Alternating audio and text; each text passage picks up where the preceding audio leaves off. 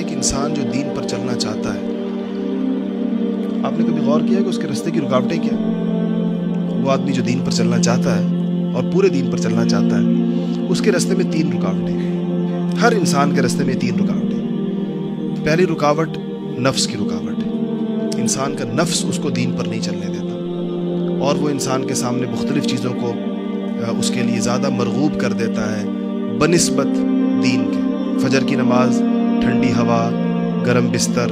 اب نفس نے فیصلہ کرنا ہے کہ ٹھنڈی ہوا کھانی ہے، ٹھنڈے پانی سے وضو کرنا ہے، اور اب اس نیند کو چھوڑ کے مسجد جانا ہے، یا گرم بستر جس کے اندر رضائی میں دبکا ہوا ہے یہ زیادہ بہتر ہے۔ تو ظاہر بات ہے اگر وہ نفس حاوی ہے تو وہ لیٹا رہے گا، اور اگر اس کی روحانیت حاوی ہے تو اس کو نکال لے گی اور اس کو لے جائے گی، اور بہت لمبا سفر بھی طے کرائے گی۔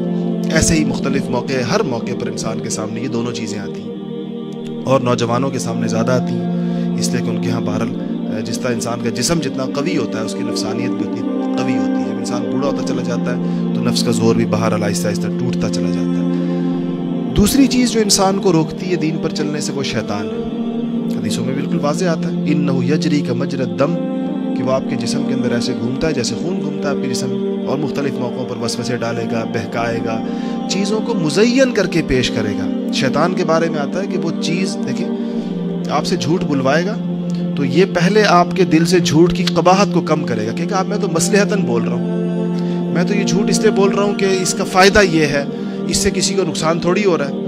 مجھے ایک صاحب کہنے لگے کہ بات میں نے ان کو سمجھائی تو مجھے کہنے لگے کہ میں جھوٹ بولتا ہوں مگر ایسا جھوٹ بولتا ہوں جس سے کسی دوسرے کا نقصان نہ ہو، جھوٹ کی وہ قسم جس میں دوسرے کے نقصان والا جھوٹ نہیں بولتا۔ تو میں نے کہا آپ کا اپنا نقصان تو ہوتا ہے ہر جھوٹ میں، کسی اور کا ہو یا نہ ہو اپنا نقصان تو ہو گیا۔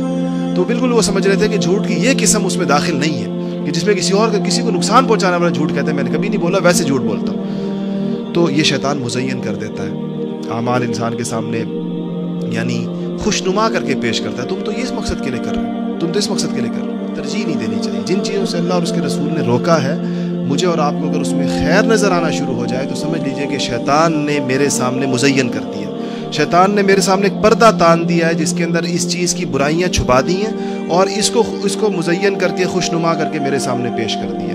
یہ اس کا تجربہ بہت زیادہ ہوتا ہے، اور اس کے لیے بہت عجیب عجیب باتیں دل سے سجھاتا ہے شیطان۔ دوسری رکاوٹ دین پر چلنے میں شیطان کی آتی ہے، اور تیسری رکاوٹ دین پر چلنے میں وہ لوگوں کی آتی ہے، جو ہماری سوسائٹی ہے۔ ہم کتنے کام ایسے ہیں جو لوگوں کی وجہ سے کرتے ہیں۔ شادی بیاہ کی ساری رسومات لوگوں کی وجہ سے ہوتی ہیں، غمی کی ساری رسومات لوگوں کی وجہ سے ہوتی ہیں، گھر کا اپنا ایک خاص سٹیٹس، ایک سٹینڈرڈ، ایک خاص معیار لوگوں کی وجہ سے ہوتا ہے۔ تو بہت ساری چیزیں ہمارے معاشرے میں ایسی ہیں جس کو ہم یہ کہتے ہیں کہ لوگ کیا کہیں گے، لوگ کیا کہیں گے، لوگ۔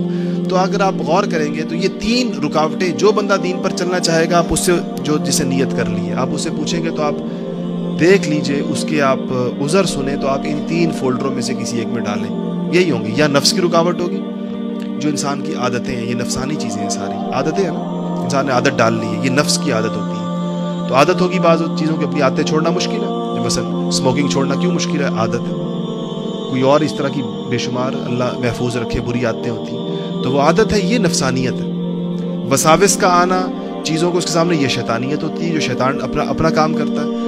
اور لوگوں کا خیال آنا، یہ بھی ایک بہت زیادہ آتا ہے کہ میں یہ کروں گا تو لوگ کیا کہیں گے۔ ہمیں نوجوان کہتے ہیں داڑھی رکھیں گے تو لوگ کیا کہیں گے، فلانا کہیں گے تو لوگ کیا کہیں گے۔ اس پر ان تینوں سے مقابلہ کرنے کے لیے مجاہدے کی ضرورت پیش آتی ہے، اور یہ مجاہدہ اللہ والے کرواتے ہیں، انسان کو یہ مشق کرواتے ہیں کہ جب آپ کو یہ آئیں گے مسائل، یہ نہیں کہ اس کے بغیر آپ دین پر چلیں گے، یہ آئیں گے، آپ نے اس کا مقابلہ کیسے کرنا ہے۔